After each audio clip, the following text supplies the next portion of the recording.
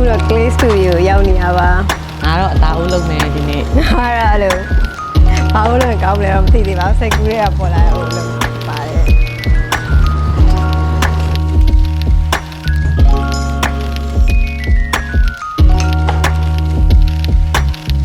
ဒီလောက်ဆောင်လို့ဒီမှာအခွက်တကယ်ဟိုကိုအကြီးသိမ်းနေဆောင်လို့ကြောက်မှမယ်အောင်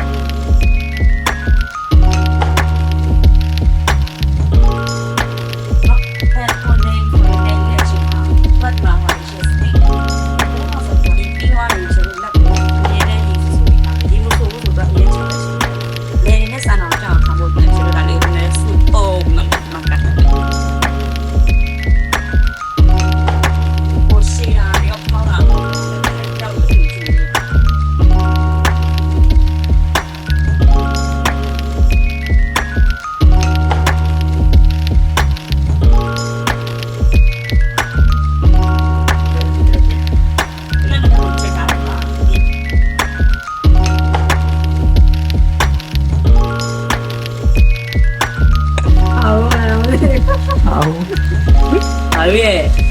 စေသွားရတယ်မှာကိုကြီးကသနာပါတယ်စိတ်တော့ပါဘူး ဒါလေးလာလား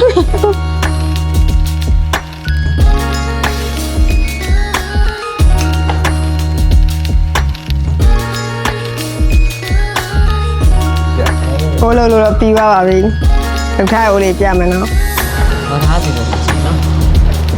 မကြည့်